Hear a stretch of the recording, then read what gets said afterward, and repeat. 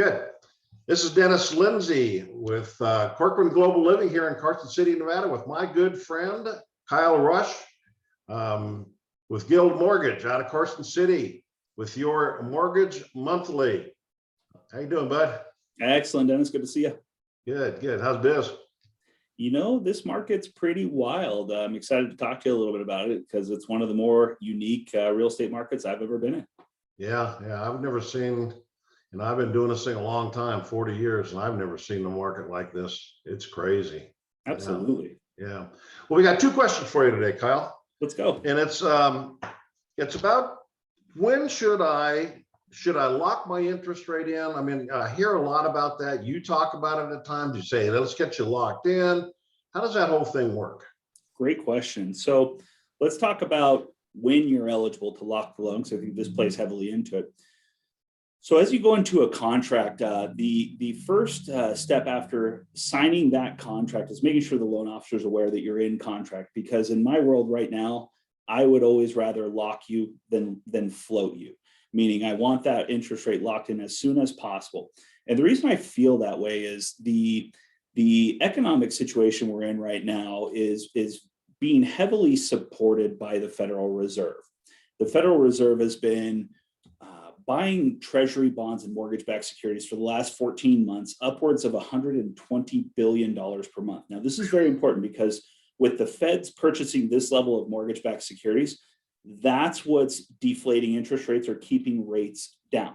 Now, since March, rates have started to come up, and we know that realistically, as we exit out of this pandemic and return to a more normal economic situation, which a lot of the indicators economically show that we're very close to being back to a normal economic situation, when all of that transpires, the Federal Reserve will start to withdraw or taper their spending that they're doing on mortgage-backed securities and treasury bonds, which means when that happens, interest rates at that time will probably increase by 50 basis points. We estimate that to be somewhere between 3/8 and 0.5%.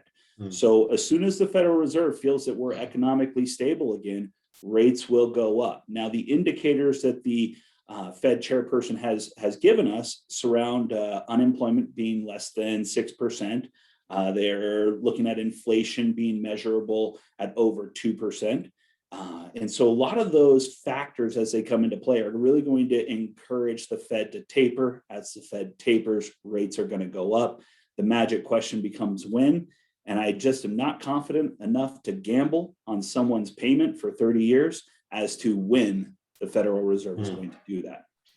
So I'm locked in at a certain rate, 4%. I'm in a 45-day escrow.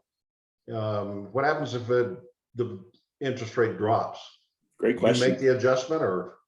So a lot of it depends on market dynamics and where you're at milestone within the loan. So at Guild, when you lock a loan, it's very important that a lock is designed to protect you from any movement, meaning the rate does not go down, it does not go up. You have locked in that interest rate. Now, we as a company don't want to lose business if, of course, the market takes a big drop that was unexpected. And so we do have float down provisions within our loans, and they work around, you've got to be within about 2 weeks, 10 days to 2 weeks of closing your loan. You have to be finalized and approved with underwriting. And if the market has dropped by 125 basis points or more, again, that's probably about 0.5% drop in the interest rate, then we're going to work with you to lower your interest rate. That's something more feasible to the market. The reason this isn't just an automatic segue of, hey, rates dropped, we're going to get you the new interest rate, is because there's a lot that happens in what's called the secondary market where these loans are bought and sold. And when we come up with that agreement, we're hedging our bet that interest rates are going to go up. And so we're locking you in to protect you from that. If interest rates go down, the investor now has a premium rate, which means they don't want to let go of that interest rate. They do not want us to cancel it and relock it because it becomes a penalty. So for us to drop out of that interest rate and relock on a new one, we have to be able to absorb the cost. And as you can imagine, when Fannie Mae gets their hands on a premium interest rate, it's going to be costly to get out of that and into a new interest rate. But we will absolutely work with our clients to keep them excited and happy about these historical rates and keep them as good homeowners. Yeah, well, I know you do. So question number two, let me see here. what type of mortgage is best for me? Would be the second question. Yeah, this is a tough one to answer. In my office, we joke a lot that mortgages are a Rubik's Cube. And as soon as I know a little bit more about you, that side twists, and now all my sides don't match, and I have to continue to manipulate that scenario until it fits a loan program. So the best way to identify which mortgage is right for you is by meeting with a knowledgeable loan officer, someone that can assess your debt ratio, your credit score, your income, the area you want to buy, and determine whether or not you fit into FHA loans, USDA loans, conventional loans. Are we a jumbo loan? There's a lot of variables out there with mortgage financing. I think it takes somebody diagnosing your scenario and making certain that we're aware of those factors to determine what that best form of financing is.